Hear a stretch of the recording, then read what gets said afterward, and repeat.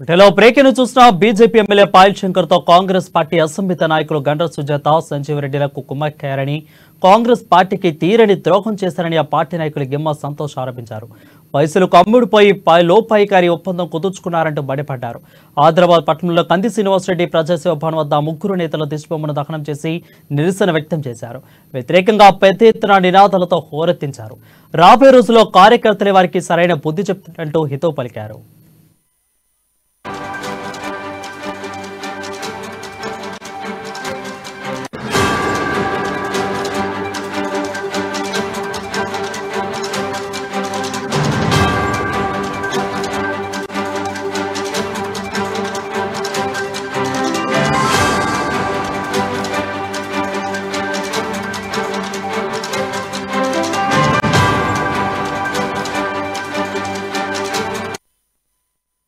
Breaking చూసిన BJP MLA Payal Shankar తో Congress party assembly నాయకులు గండ్ర సుజాత సంజీవ్ రెడ్డిలు కుమ్మక్కయ్యారని కాంగ్రెస్ పార్టీకి తీరని ద్రోహం చేశారని ఆ పార్టీ నాయకులు గిమ్మ సంతోష్ ఆరోపించారు.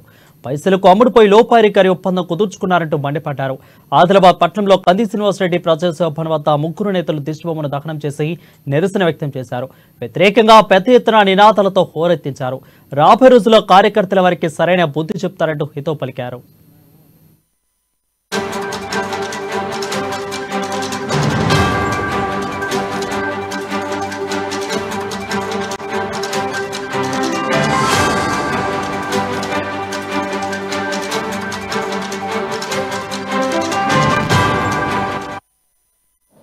అల్లూరి సంజీవ్ రెడ్డి గారు పాయల శంకర్తో కలిసి లోపాయికారి ఒప్పందం చేసుకుని కోవట్టు రాజకీయాలు నడిపి ఈరోజు మరి ఆ విషయాన్ని మా నియోజకవర్గ ఇన్ఛార్జ్ కంది శ్రీనివాసరెడ్డి గారు మరి కాంగ్రెస్ పార్టీ అభిమానులకు ఆదిలాబాద్ నియోజకవర్గ ప్రజానికానికి తెలియజెప్పినప్పుడు మరి ఈరోజు జరిగినటువంటి సంఘటనలు చూస్తూ ఉంటే వారు నిజంగా పాయల శంకర్ భారతీయ జనతా పార్టీతో కుమ్మక్కైన మాట వాస్తవం కాదా అని చెప్పి మేము అడుగుతూ ఉన్నాం.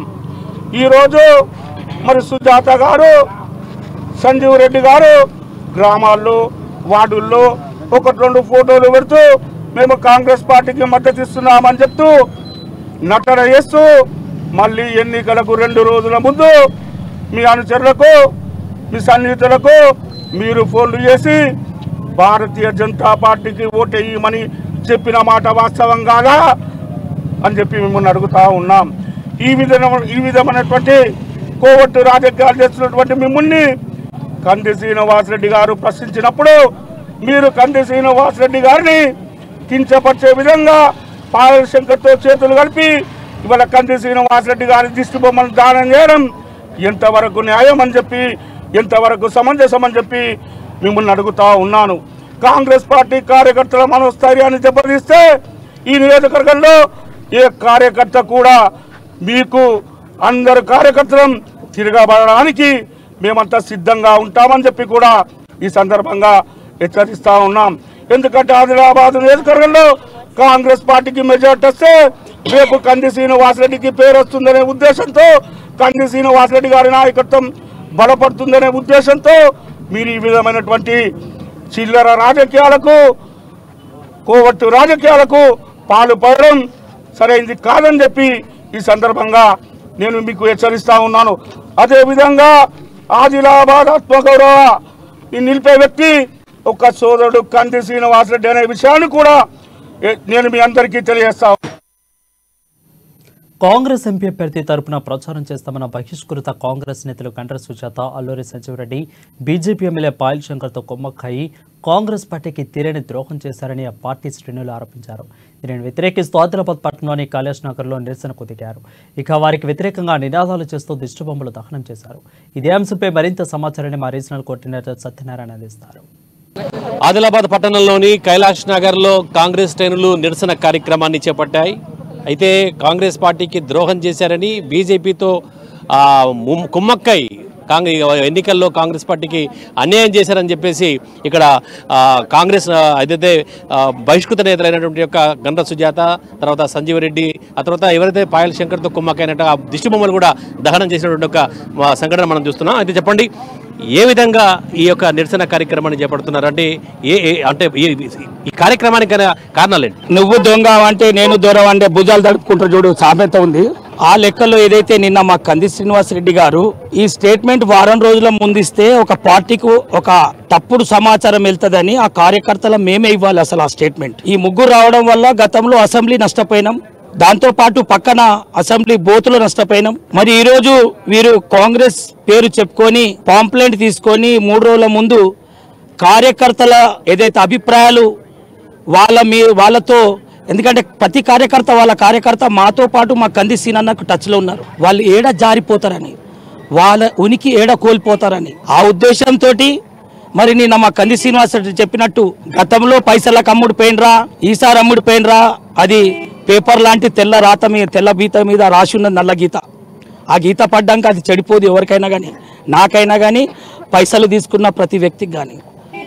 ఇక విషయానికి వస్తే ఆదిలాబాద్లో పాయల్ శంకర్ గారు ఒక ఆడబిడ్డను పట్టుకొని వాళ్ళ కార్యకర్తలు తను బొట్టు, కులము, గుణము, నానా పాయల్ శంకర్ నీ ఇంట్లో కోడలు ఉంది, నీ ఇంట్లో బిడ్డ ఉంది, ఆదిలాబాద్ మహిళా ప్రజలు నిన్ను ఎన్నుకున్నారు, మరి నీకు వాళ్ళు కనబడలేదా? మౌనారెడ్డి గారిని బొట్టును పరీక్షించినప్పుడు ఆమె ఏమడిగింది? నీ యొక్క మెడలో ఉన్న ఏదైతే ఆ కలర్ విషయంలో, కండువ విషయంలో మాట్లాడింది. నువ్వు భారత స్త్రీని అవమానపరిచిన ముందు నువ్వు క్షమాపణ చెప్పు. ఇక రెండో విషయానికి వస్తే నిన్న ఒక వ్యక్తిని ద్వేషించిండు, కులాన్ని కాదు. గతంలో ఏదైతే ఎస్సీ బిడ్డని టక్కర్ చేసి పొట్టన పెట్టుకునే ప్రయత్నం చేసిండో రఘుపతి అనే కౌన్సిలరు, అప్పుడు కూడా ఈ మున్నూరు కాపు కులాస్తులు వత్తాసు పలికిండ్రు. నేను ఆ కులాస్తులతోటి ఒక బీసీ బిడ్డగా ప్రాధాన్యపడుతున్నా. ఎప్పుడు కులం ఒక వ్యక్తికి లొంగి ఉండద్దు, కులం గురించి ఉండాలా, కులం న్యాయం పోరాటం చేయాలి. అంటే తను వ్యక్తిగతంగానే ద్వేషించాడు తప్ప కులం గురించి ఎలాంటి ప్రస్తావన లేదంటారు. ఆదిలాబాద్ చరిత్రలో కంది శ్రీనివాస్ ఎప్పుడు వ్యక్తిగతంగా ఎవరిని ద్వేషించాడు. ఎందుకంటే తప్పు చేసిన వ్యక్తిని ద్వేషిస్తారు కానీ ఏ కులాన్ని ఎవరు ద్వేషించారు అది మీరు మంచిగా గ్రహించాలి. ఆమెకు ఆ కులం ఉన్నది కావచ్చు, ఆ కులంని పట్టుకొని ద్వేషించలే, వ్యక్తిని ఆమె కాంగ్రెస్ పార్టీకి మోసం చేసిందని ద్వేషించిండు. వేరే విషయం లేదు. ఈరోజు ఏదో పాయల్ శంకర్ గారు జోగురామన్న కలిసి గతంలో 10 ఏళ్ళు నాటకం ఆడి ఈరోజు మళ్ళీ కంది సీనన్న కొద్దిగా అబ్బబ్బబ్బబ్బా ఏదో మాట్లాడిండని మెల్లగా సందు తీసుకుంటే ఎవరు మున్నూరు కాపోలు, అదే 15 మంది మున్నూరు కాపోలే ఆ మాటలు నమ్ముతారు. ఇది నేను బీసీ బిడ్డగా చెప్తున్నా. మీరు చెప్పండి, ఈ సంఘటనను ఎలా చూస్తారు? ఎందుకంటే పార్లమెంట్ ఎలక్షన్ల ముందు పార్టీకి అంటే కాంగ్రెస్ పార్టీ తరఫున ప్రచారం చేస్తామని చెప్పేసి బీజేపీతో కుమ్మక్కైనట్టు చెప్తున్నారు. గత ఎన్నికల్లో కాంగ్రెస్ పార్టీ అభ్యర్థి విజయ అవకాశాలను గండిగొట్టినటువంటి ఈ నాయకులు కాంగ్రెస్ పార్టీకి పార్లమెంట్ ఎన్నికల్లో సపోర్ట్ చేస్తామనంటే ఆదిలాబాద్ నియోజకవర్గ ప్రజలు నమ్మడానికి సిద్ధంగా లేరు. ఫస్ట్ వీరు ఎక్కడ పోయినా కుమ్మక్కు రాజకీయాలకు, కుల రాజకీయాలు చేయడంలో వీరు సుప్రసిద్ధహస్తులు. కాబట్టే ఆదిలాబాద్ జనాలు వీరిని చీదరించుకుంటా ఉన్నారు. వీళ్ళు గత ఎన్నికల్లో కాంగ్రెస్ పార్టీ అభ్యర్థి వీరు మద్దతు చేస్తే గెలిచే అవకాశాలు ఉన్నటువంటి అభ్యర్థి ఈరోజు వీరు ఓటమికి కారణమైనరు. కాబట్టి వీరిని ఎవరు నమ్మరు. కాబట్టి కుల రాజకీయాలు బంద్ చేసుకొని, ఇలాంటి కుమ్మక్కు రాజకీయాలు బంద్ చేసుకొని వీరి ఇంట్లో ఉంటేనే, నేను వారికి ఇచ్చే సలహా ఏంటంటే ఇక రాజకీయాలు మానుకొని మీరందరూ మీ ఇంట్లోనే ఉండాలని చెప్పేసి మేము సలహా ఇస్తున్నాం కాంగ్రెస్ పార్టీ కార్యకర్తలం. అలాగే చెప్తున్నారు కంది శ్రీనివాసరెడ్డి అంటే కేవలం సుజాతని పేరు తీసుకొని తిట్టాడు తప్ప కులం గురించి ఎలాంటి ప్రస్తావన చేయలేదంటున్నారు. మేము ఆ వీడియోని పరిశీలించినాం, కుల రాజకీయాల గురించి మాట్లాడలేదు. ఆయన వ్యక్తిగత అభిప్రాయం, ఆమె గుణం అక్కడ ఆ గుణం పైననే వ్యాఖ్యానించాడు తప్ప కుల రాజకీయాల గురించి ఎక్కడ మాట్లాడలేడు. కంది శ్రీనివాసరెడ్డి అందరి అభిమాన నాయకుడు, సర్వ మతాలకు సర్వ కులాలకు అందరినీ ఆదరించే నాయకుడు కంది శ్రీనివాసరెడ్డి గారు. కాబట్టి ఆయన కుల రాజకీయాలు మత రాజకీయాలకు చాలా దూరం. కాబట్టి నియోజకవర్గ ప్రజలు ఈరోజు ఆయనను ఆదరించిండ్రు కాబట్టి గతంలో వీళ్ళందరూ ద్రోహులు అన్నీ చేసినా ఆ గతంలో ఎన్నడూ లేనటువంటి మెజారిటీ చాలా దూరం దగ్గర వచ్చి ఆయన ఓటమి పాలైంది తప్ప ఈరోజు రాబోయే ఎన్నికల్లో వీరి అవసరం లేకుండానే కుల రాజకీయాలకు మత రాజకీయాలకు సంబంధం లేకుండానే ఆయన విజయ అవకాశాలు మెండుగా తయారవుతూ ఉన్నాయి. కార్యకర్తలందరూ ఈరోజు వారి విజయ అవకాశాల కోసం ప్రయత్నిస్తూ ఉన్నాం. మీరు చెప్పండి మేడం, అంటే వ్యక్తిగత దూషణ తప్ప కుల రాజకీయాలకు ఎక్కడ చోట్లేదు. ఎందుకంటే కంది శ్రీనివాసరెడ్డి అన్ని కులాలని సమానంగా ప్రేమిస్తాడని, తర్వాత ఎక్కడ కూడా కులం పేరు కానీ కులం పేరుతో దూషణ కానీ చేయలేదని, కానీ ఒక వ్యక్తి దూషణ వల్ల ఒక కుల సంఘము తన దిష్టిబొమ్మ దహనం చేయడము, ఇవి దానికి సంబంధించి ఈ యొక్క నిరసన కార్యక్రమం చెప్పడం ఎలా చూస్తారు? ఈరోజు కాంగ్రెస్ పార్టీ అంటేనే మహాసముద్రం. ఈ సముద్రం అంటే అన్ని కులాలు మతాలు అన్ని వర్గాల వాళ్ళు కూడా కాంగ్రెస్ పార్టీలో ఉన్నారు. ఆ విషయం ఇక్కడ ఉన్నటువంటి లోకల్ నాయకులకు తెలుసు. ఎందుకంటే గతంలో కూడా పార్టీలో అనేక సంవత్సరాల నుంచి అనేక దశాబ్దాల నుంచి కూడా పనిచేసిన వాళ్ళు ఉన్నారు. అనుభవం ఉంది. అనుభవాన్ని పక్కన పెట్టేసి ఈరోజు మతోన్మాది అయినటువంటి బీజేపీ నాయకుడు, అదేవిధంగా ఇక్కడ స్థానికంగా ఉన్నటువంటి ఎమ్మెల్యేని పట్టుకొని మీరు ఆయన సలహాలు సూచనలు తీసుకొని ముందుకెళ్ళడం సరైంది కాదు. ముఖ్యంగా ఎందుకంటే మీరు రాజకీయంగా దిట్టలు, రాజకీయంగాన్ని ఉపయోగించుకొని కార్యకర్తల మీద దెబ్బతీయడము, కార్యకర్తల మనోభావాలు దెబ్బతీయడం, అదేవిధంగా ఇప్పుడు హిందూ మతోన్మాదం అని చెప్పేసి రెచ్చగొట్టే వాళ్ళను మీరు మేము పార్టీ వాళ్ళమని చెప్పేసుకొని వాళ్ళతో కలిసిపోవడం సరైంది కాదు. ఇది సరైన నిర్ణయం కూడా కాదు.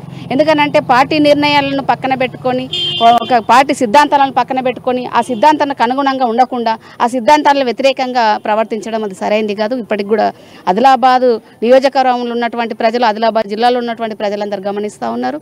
దాన్ని మీరు ఆలోచించాల్సిన అవసరం ఉంది. మొన్ననే మన ఎలక్షన్ రోజు 13వ తేదీ రోజు ఎవరైతే ఏ విధంగా మాట్లాడిందని చెప్పేసి ప్రతి ఒక్కరు గమనిస్తూ ఉన్నాడు. చిన్న పిల్లోడి కాడికెళ్ళి కూడా గమనిస్తూ ఉన్నాడు.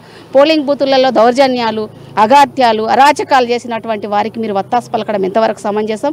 కాబట్టి ముఖ్యంగా అక్కడ ఉన్నటువంటి లోకల్ ఎమ్మెల్యే గారు, ఆయన ఇక్కడ ఉన్నటువంటి ఒక తండ్రి లాంటి వాడు, ప్రజాప్రతినిధుడు. ఎందుకంటే మొట్టమొదటి ఆదిలాబాద్ నియోజకవర్గానికి ప్రజాప్రతినిధుడు ప్రథమ పౌరుడు. ఆ ప్రథమ పౌరుడే ఎందుకంటే మహిళల ముందుకు వచ్చేసి 3 సార్లు ఎమ్మెల్యేగా ఓడిపోయాడు. ఈసారైనా గెలిపిద్దామని చెప్పేసి బొట్టు పెట్టుకున్నటువంటి మహిళలే ముందుకు వచ్చేసి ఓటేసినటువంటి సందర్భాలు ఉన్నాయి. ఎందుకంటే ఆ సందర్భంలో పార్టీలు కూడా మహిళలు పక్కన పెట్టేసి, ఎందుకంటే 3 సార్లు సానుభూతి మహిళలు ఏంటంటే ఆయన పైన ఒక అన్నదమ్ములాగా సానుభూతి తెలియజేసినటువంటి సందర్భాలు ఉన్నాయి. నిన్ను ఎన్నుకున్నారు, అధిక మెజారిటీతో ఎన్నుకున్నారు. ఎందుకనంటే పాపం అనే ఒక సానుభూతితోని ఆ సానుభూతిని పక్కన పెట్టేసి మహిళల పట్ల అనుచిత వ్యాఖ్యలు చేయడం, మహిళను కించపరచడము. మీరు బొట్టెందుకు పెట్టుకున్నారనంటే అసలు ఇప్పుడు హిందూతత్వం ఇప్పుడు ఉందా, లేకుంటే మన తాత తండ్రులు పుట్టక ముందు ఉన్నాయా? అంటే హిందూవాదం అనేది మనం పుట్టినప్పటి నుంచి, తాత తండ్రులు పుట్టినప్పటి నుంచి కూడా ఉంది. కానీ ఇప్పుడు మేము బీజేపీ ప్రభుత్వం ఉంది, 10 సంవత్సరాల నుంచి మేము అధికారంలో ఉన్నాం, మేము చెప్పినట్టే జరుగుద్ది, మేము చెప్పినట్టే చేద్ది, మేము అన్నదే వాక్యం, మేము అన్నదే వేదం అన్నట్టు సరైంది కాదు. ఆ విధంగా మీరు ఇప్పటికైనా గమనించాల్సిన పరిస్థితి ఉంది. ఎందుకనంటే ఈ రాబోయే కాలంలో కూడా మీకు అనేక రకాలుగా ఇబ్బందులు ఏర్పడాల్సిన పరిస్థితి ఏర్పడింది. మహిళల పట్ల కానీ పార్టీల పట్ల కానీ అనుచిత వ్యాఖ్యలు చేస్తే రేపటి రోజులు రాబోయే చాలా దుర్మార్గంగా ఉంటాయని చెప్పేసి హెచ్చరిస్తా ఉన్నాం. అలాగే ఇప్పుడు అంటే పార్టీ అంటే ఎన్నికల సమయంలో పార్టీకి పేరు చెప్పుకునే కాంగ్రెస్ పార్టీ తరఫున పనిచేయకుండా బీజేపీతో కుమ్మక్కయ్యారంటున్నారు. ఒకటేంటంటే వాళ్ళ ఉనికిని చాటుకోవడానికి, మా ఉనికి మేము చాటుకుంటాం, మా ఉనికిని మేము కాపాడుకుంటాం అన్నదే తప్ప ఇంకా వేరే ఏమీ లేదు. మీరు చెప్పండి అన్న, ఈ సంఘటన ఎలా చూస్తారు? ఈ సంఘటన ఏదైతే దీని వెనకాల భారతీయ జనతా పార్టీ ఉన్నటువంటి ఎమ్మెల్యే గారు ఇక్కడ ఉన్నటువంటి మున్నూరు కాపు వాళ్ళని, ఇక్కడ కంది శ్రీనివాసరెడ్డి గారు ఒక జాతిని ఉద్దేశించి అన్నాడన్న దాని మీద చాలా తప్పు. ఆల్రెడీ వీడియోస్ ఉన్నాయి.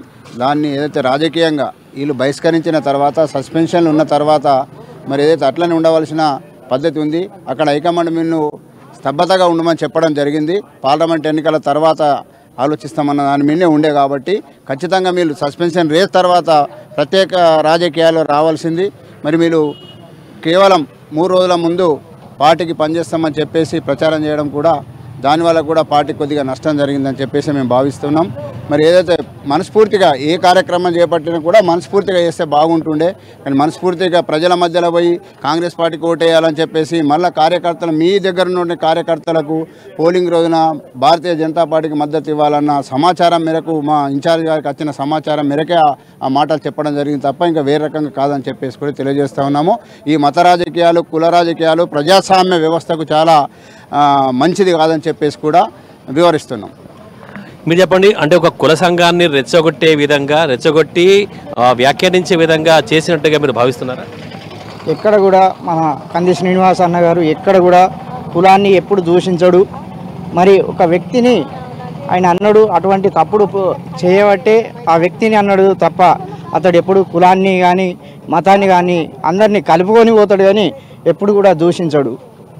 అయితే మన పాయల్ శంకర్ గారు ఒక ఎమ్మెల్యే ఉండి మహిళల పట్ల బొట్టు పెట్టుకోవడం, గాజులు తొడుక్కోవడం అనేది అది చాలా తప్పు.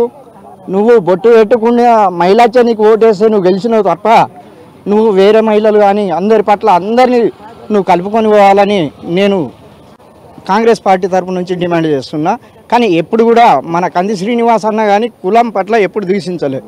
అంటే అన్ని కులాలని సమానంగా ప్రేమిస్తున్న ఒక వాదన అయితే ఆదిలాబాద్ జిల్లాలో కొనసాగుతుంది కదా. అంటే మరి కేవలం ఒక వ్యక్తిగత దూషినప్పుడు మరి కుల సంఘాల వాళ్ళు ఆందోళన చేయడము, దిష్టిబొమ్మ దహనం చేయడం జిల్లాలో చూస్తారు. అయితే నేను కూడా ఒక పద్మశాలి బిడ్డను, పద్మశాలి ఉపాధ్యక్షుడిని. కానీ మా కులంలో కానీ ఏ కులంలో అయినా కానీ ఒక వ్యక్తి తప్పు చేస్తే వాళ్ళనే దూషిస్తారు కానీ వాళ్ళని పైకి తీసుకొచ్చుడు మరి వాళ్ళ పట్ల ఏదో చేయడం ఇది కరెక్ట్ కాదు. కానీ అక్కడ నిన్న మాట్లాడిన దాంట్లో ఎక్కడ కూడా సీనన్న కులం పట్ల ఎప్పుడు మాట్లాడలే, అన్ని మతాలను అందరినీ కలుపుకొని పోతాడు. కాబట్టి కంది సీనన్న పట్ల ఈరోజు దిష్టి బొమ్మ దహనం చేయడం అది చాలా తప్పు. ఆ కుల సంఘానికి మీరు ఎలాంటి విన్నతి చేస్తున్నారు? అయితే మున్నూరు కాపు కుల సంఘాలు ఆమె పట్ల ఆయన అన్నాడు కాబట్టి ఆమె వ్యక్తి 2-3 సార్లు కూడా ఆమె ఏం చేసిందంటే ఆమెను పార్టీ నుంచి తొలగించడం జరిగింది. పార్టీ నుంచి తొలగించిన తర్వాత కూడా ఆమె వచ్చి ఓట్లే అని అడగడం కానీ ఇది చాలా తప్పు. అటువంటి అప్పుడు మా పార్టీకి ఆమె చేసింది ఏది లేదు. ఆమె అసెంబ్లీ ఎన్నికల్లో కూడా ఒక ఇండిపెండెంట్గా ఏపించింది కాబట్టి దాన్ని మేము అందరం తప్పుపడుతున్నాం. కానీ మనము అందరము ఒక మున్నూరు కాపు కానీ పద్మశాలి కానీ ఇంకా వేరే కులాలందరూ కానీ ఇటువంటి వ్యక్తులకు మనము వాళ్ళ వెంట ఉండడం చాలా తప్పని నేను వాళ్ళందరికీ వేడుకోవడం జరుగుతుంది. అంటే పార్టీ పరంగా అంతా ఒకటిగా భావించాలా, అందరూ ఒకటే కట్టుకట్టుగా ఉండాలని చెప్పేసి అనుకుంటున్నారా? తప్పకుండా పార్టీ పరంగా అందరు కలిసిమెలిసి ఉంటేనే ఐక్యత ఉంటుంది. కాబట్టి ఎవరు కూడా ఇటువంటి వాళ్లకు సహకరించొద్దని నేను డిమాండ్ చేస్తున్నా. ఒకటి ఫస్ట్ కాంగ్రెస్ పార్టీ అంటేనే అన్ని కులాలకు సంబంధించిన పార్టీ. దీంట్లో అన్ని కులాలు ఉంటాయి. సార్కు ఎప్పుడు కులం గురించి చెప్పలేదు. అన్ని కులాలంటే సార్ సమానంగా చూస్తారు. చదువుకున్నవారు సార్ ఇక బీజేపీ పార్టీ వాళ్ళే ఎప్పుడు ముస్లిం వాళ్ళని ఏదో ఒకటి అంటారు. ఎందుకంటే వాళ్ళు చేసింది ఏం లేదు, చెప్పుకోవడానికి ఏం లేదు.